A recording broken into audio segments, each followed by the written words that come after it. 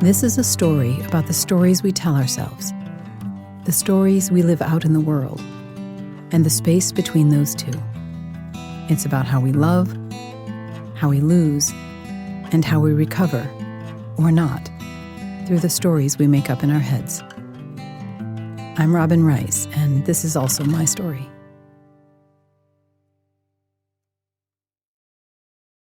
Chapter 20. The Weight of a Story. Not all stories are created equal. Rather, not all stories hold equal weight in our lives. I have long explained this through the metaphor of a very, very expensive cake. Imagine you have a roommate that you have just moved in with. It's her birthday, and you decide to swing by the local grocery and get her a cake. The cost is $6.99 and maybe 15 minutes of your time. You decide you'll take the chocolate. When you give her the cake, she says, thanks, but I don't like chocolate cake. You think, rude, and choose to eat the cake yourself. Next birthday, though, no cake. You know her better and are closer, but you remember her last response. Kind of hard to forget. Now imagine you have a close friend. It's her birthday. You've never given anyone a cake before, but you want to do something really nice.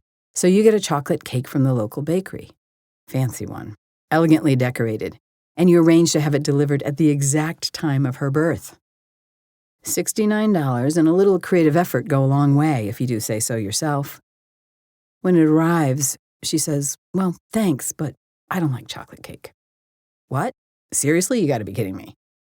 You're too stunned to say anything, but next year you'll find another friend to treat. Now imagine, if you will, it's your beloved's birthday. A big, important one like turning 30 or 40 or 50. You've never given your partner a cake before, and you want to get it right, so you spend 6 months preparing. You've been on the wait list to hire the famous cake baker extraordinaire to create a masterpiece in your beloved's favorite colors and shape, a sailboat. And you have arranged for the signature of every good friend and family member to be added to the icing.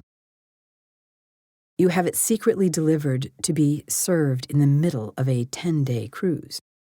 The cost is a whopping $6,999, but who's counting? When you give it to your beloved, you hear, gee, thanks, honey, but I don't like chocolate cake. Okay, this is never going to happen. Yet sometimes, life being what it is, it does. You're already thinking that in a few days you'll get off that ship and head straight home and start packing boxes. It's a silly metaphor, and yes, it does reduce life to a transaction, but you get the idea. Stories carry weight, and a lot of that weight comes from intention, effort, and meaning. Once you understand the weight and measurement of a story in cost, effort, meaning, and intent, $6.99, $69, or $6,999, you have some idea of the size of any cake story. Sounds simple, but then you have to factor in other people. When dealing with other people, you might assume a particular cake story weight is light, easy, a mere $6.99 cake of offense. Yet, for the other person involved, for reasons of their own, that story might weigh in the high hundreds or even thousands. Hint: when we learn to treat others according to how they weigh a cake story, and not how we do, we have some serious relationship chops. When we make an error in judgment, our smaller cake stories can be easily mended. But the big ones can take a lifetime, and then only with an enormous amount of effort. And when someone has too many high-ticket stories in their life, there will be a persistent fear that, at any moment, there might come a cake story that's too costly to handle. It's a tough way to live, but many do live that way. But here's something else to think about that you might not have. Some cake stories aren't bad. They're good. Sometimes they are of the too good to be true variety. Something so good, we don't really know what to do with them. That $6,999 cake is traumatic, but in an entirely different way. We can think we want it, but what happens when we get it? And what if we get a run with Lucky Lady and land a few such cakes? Or a lottery-level $6 million cake? And what if, after all this cake, our entire world is not what it was? Even if that is in a fantastic, stunningly beautiful way. It's so great, we don't know who we are anymore. What exactly are we supposed to do then? That's exactly the kind of story my awakening was creating in my life. It was good, but too good. I was privy to a world that most never saw, and others were seeing things in me, good, even great things, I could not see myself. Even if there was to be no official teacher, I needed someone to help me integrate everything that had happened, someone who got the world I was living in. Enter David Davis, as mysterious a man as I'd ever met, and a metaphorical cake baker extraordinaire.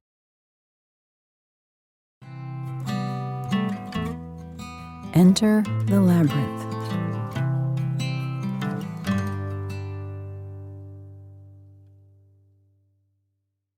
I don't know what I expected David Davis to be like, but whatever I was thinking, I was definitely off target. He was referred as someone who could help me understand and refine my magical gifts. Amazingly, he was local, and so available to meet in person. David was in his mid-40s, and the day we met, nicely dressed in something like business casual. He met me with a firm handshake, not a crystal wand. I was invited to sit in one of 2 chairs as he sat across from me at a large professional office desk. At first blush, he seemed to me to be normal. As the first male I'd visited in my as-yet limited grand tour of the mystical magical New Age, and given I was always more comfortable with men than women, I was comforted. I shouldn't have been. "So, David, what do you do?" I asked in the same way that I asked everyone I'd made an appointment with. No matter how someone was described to me, they almost always described themselves differently, or at least with more nuance. I was highly curious about this guy. "People hire me to shift energy," he said, as if it was the most obvious thing in the world. "Sometimes here in the office, other times professionally, in their corporate meetings. I'm hired as a silent guest in boardrooms with no one knowing what I'm really doing." I tried not to show a reaction, but I wasn't sure I liked the idea of corporations hiring a stealth magician to influence board meetings. Was that even ethical? He looked more closely at me, or rather, around me. "I hear you have some talent." "I don't know," I replied honestly, "maybe." "I can see that you don't know. Have you worked with energy at all? Directly, that is?" I don't think so." He laughed, though not heartily. "You'd know if you had." I almost didn't want to ask my next question. This guy was tight, close to the vest, and so a little frightening. I asked anyway, "Can you teach me?" "Yes, I can," he said. "I assume that's why you're here." I never really knew why I was anywhere anymore, but I liked that he had confidence, at least in himself. "What are you afraid of?" he asked, then continued before I could think to answer. "Ah, I see. Your father was a magician, too." "He was? Is he here again?" I asked. I didn't intend to sign up for even more visits with my dad, but he seemed to appear wherever he wanted, maybe whenever he had a chance. "No, he's here very strongly. In you. You run his energy lines." "Energy lines? I don't want anything to do with any part of my father's energy," I insisted. "He wasn't good." It's only now that I realize David Davis and David Rice were not entirely dissimilar in energy. How did I get myself here with a double David? "He had magic," David said flatly, like it was a fact. "I can feel that. But you are a stronger magician than he was. Much." Never, ever, not once in my life, had I considered that I could be stronger than my dad in anything, let alone magic. His energy was out of control, wildly powerful, and far too seductive, nothing I wanted any part of. Even so, the thought of being more powerful than my father knocked the breath out of me. David noticed. From there on out, David set out to show me not only magic, but my magic. "Though I don't have to teach you," he insisted. I only have to help you access the magic you already have. Others have to grow and mature in their gifts. You're already fully developed." "Impossible," I said. "Not at all. Your knowledge, skills, and power come from a past life, or more likely many past lives. I'm sure of it, Robin. You have so much mental strength, you could heal just by thinking." "No way," I thought, but did not say aloud. He insisted that he would show me. He told me to stand in front of him and close my eyes. He began throwing invisible energy balls to me, which at first came with no feeling, but soon enough, I could feel the balls moving between his hands and mine, without seeing them. He asked me to play catch and return.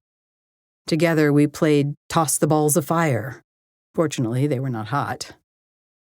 He began with easy tosses, then moved to harder ones, stronger ones, and heavier ones, then started throwing them not to me but around me for me to intuit and catch.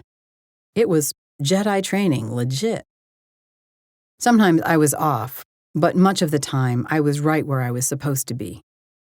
Over many visits, we advanced to include bouncing energy off walls, having me sense it coming from behind me, and more. One day, when we were done and sat down again, he was absolutely convinced I could and would practice energy magic at a genius level. Genius, his word. "You can heal just by thinking, Robin," he repeated again, as if this was the core of our lesson. "You should try sometime." I found the idea genuinely ludicrous and too abjectly grandiose to seriously consider. But I come from a small town in Michigan. David laughed heartily for the first time. "As if that would matter. You're wrong anyway. You come from the universe. You've got to start thinking bigger. Let your true nature out. You're so afraid of being like your father, you've disowned your birthright. Your true birthright, which has nothing to do with your biology. You pretend your spiritual existence doesn't exist, but you know it does." He was right. There was something real here, and I needed whatever it was. But I couldn't get past the feeling I was stepping into darker territory than I was comfortable with. I also felt, strangely and maybe wrongly, that I should be able to pick and choose what I wanted and did not. Energy balls, fine. Energy manipulation in boardrooms, not fine. Side note, I would in fact end up in boardrooms, though with a very clear ethical framework for my magical offerings. Still, it's funny what we can't imagine and how sometimes people like David Davis are there in part to show us what not to do. Every week for maybe 8 or 10 weeks, I don't remember, David would invite me in, ask me about any magical experiences, remind me I was more powerful than my father, and repeat to me that I was uniquely gifted and valuable to this world. And, in case I forgot, that I could heal just by thinking. He was matter-of-fact about it, as if we were discussing the value of an antique about to go to auction and where we might start the bidding. I thought I had junk in the closet. He thought we should be selling at Christie's. Then he'd teach me something new about magic, mostly through the manipulation of energy. I liked what he was saying, of course, at least the powerful, valuable part, not the healing by thinking part. That felt weird. Like what was going to happen if that was true? People would find out and start lining up at my door? No, thank you. I felt I could trust David because I felt absolutely no seduction. He wasn't trying to sell me on anything. It was almost like he didn't care. Take it or leave it. No skin off his back. I wasn't even sure he wanted me to keep coming. I'm sure he was paid much more in the corporate boardroom. David encouraged me to think for myself, to test the methods outside of our sessions and then bring back what I had learned so we could discuss how I was thinking about it. Thinking, he insisted, was critical to real power. Magic wasn't stupid or inconsequential or fantasy. It was a form of brilliance. David suggested I spend even more time reading than I already was, and to read more widely, to inquire deeply and not take anything at face value, to insist on results, If there were no results, there had been no magic, plain and simple. He insisted that I could be smart and spiritual, that I was, in fact, already both, if only I could accept it. He even suggested that I could weave my entrepreneurial spirit into my journey, if that was what I wanted.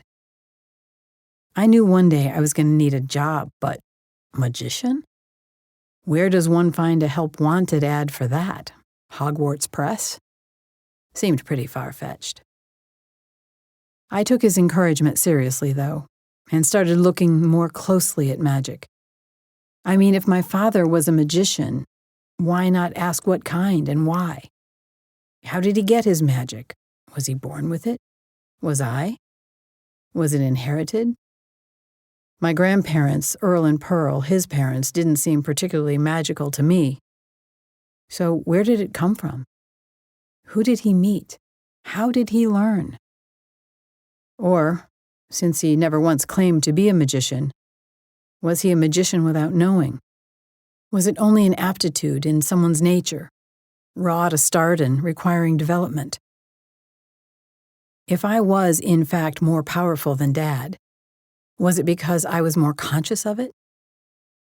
I would have asked David, but I was embarrassed to talk about it, to sound too full of myself, and to sound like I was agreeing with him about being more powerful than my dad.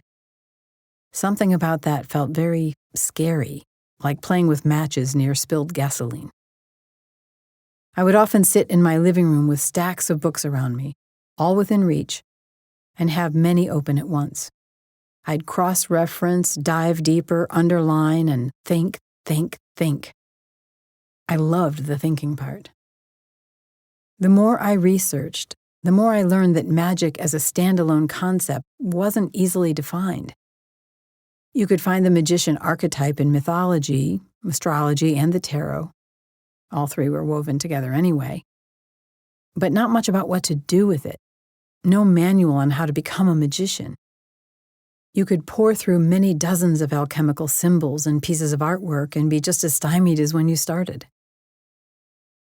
I read all I could find on the classic hero, heroine, and antihero's journey, as discovered by Joseph Campbell through mythology. The most I could figure was that I was more likely in the archetype of the troll at the bridge than the hero on the fine steed that crossed it. There were a few books about Merlin, the Druids, secret societies and not-so-secret ones, the Freemasons, the Knights Templar. No how-tos there either. The Rosicrucian order had philosophers who studied natural law and how it all works. They pointed me towards Egyptian mysteries. But, as you might have guessed, they remain a mystery. I began reading in depth about alchemy, which rang a strong bell. Alchemy actually did have 7 steps, outlined in the Emerald Tablet, but each step was as mysterious as the next. Apparently, that was on purpose. You had to be part of the alchemical in-crowd from many hundreds of years ago to learn anything directly, which left me out. Reading all that I could find, I didn't get much understanding from the chemistry side of it, but the psychological correlations of each step made a lot of sense. The inner goal of alchemy had to be achieved for the outer goal of alchemy to appear. Thus, alchemists worked on themselves as much as the elements. It resulted in a pinnacle state that sounded an awful lot like what I found during my moments of awakening. So I was at least in the right city, if not the right neighborhood yet. Stage 7 made me feel like I must have already won the jackpot, bypassing steps 1 to 6. But then, the more I read, the more I could see I'd been in those earlier stages all my life, unconscious to the journey, but it was happening nonetheless. While it never felt right to call myself an alchemist, whenever I got into a difficult place I could not get out of, I returned to the 7 steps of alchemy for guidance. But what about Dad? I felt certain he wasn't a practicing alchemist. I would have to keep looking. Some paths didn't speak to me at all, and in fact gave me the heebie-jeebies. I veered away quickly. I considered Taoism in more earnest. If you want to increase something, decrease it. If you want to get something, give it away. Somehow that felt both true and magical, though I wasn't sure how. And again, I didn't think it had anything to do with Dad. Too much wisdom in that path. Then there was shamanism, of course, but was that magic or something else? Anyway, what did my awakening have to do with all of this? Was greater consciousness even spiritual? Was it a brain thing, not a divine thing? How come nobody really knew? There was one thing I did know, and I didn't need a book or any given path to tell me. The only thing more powerful than the magical dark was the magical light, and I would always be interested only in the latter. Since I wasn't so sure about which side of the fence David Davis might have fallen on, I didn't mention this. Finally, one day David said we'd gone as far as we could with my blocks, still in the way. I was surprised, because I thought I'd been working with them quite nicely. He suggested I go see Sue, a shaman. She would have something for me, and help me clear the fears I was holding so deeply, especially those around my father's influence. She'd know what to do, he assured me. Chills went up and down my spine. This was definitely the next right move. I thanked David and left, never to see him again. When I went to contact him a few years later, I learned that he had died of pancreatic cancer. Given the timing, it was most likely that he was already sick when I was seeing him. I've always wondered if he was paying the price for dark magic, if in fact that was something he dabbled in. I'd never know. In any event, I was thankful to him, because he was right about many things. First, Sue the shaman did have something for me. She was to prove pivotal to my journey. Next, that I was, in fact, a far more powerful magician than my father. I would not believe it for many years, but as my gifts began to grow, there was no denying it. My father may have had that raw talent, but he was lazy, sloppy, and self-serving. None of those work on a path so powerful. Perhaps because of him, I was committed to being laser-focused and integrity-bound. Finally, as I was soon to learn, I could indeed heal just by thinking. It seemed impossible, but there it was. My perfectly profound, utterly imposing, and preposterously positive $69,000 cake is about to land in my lap.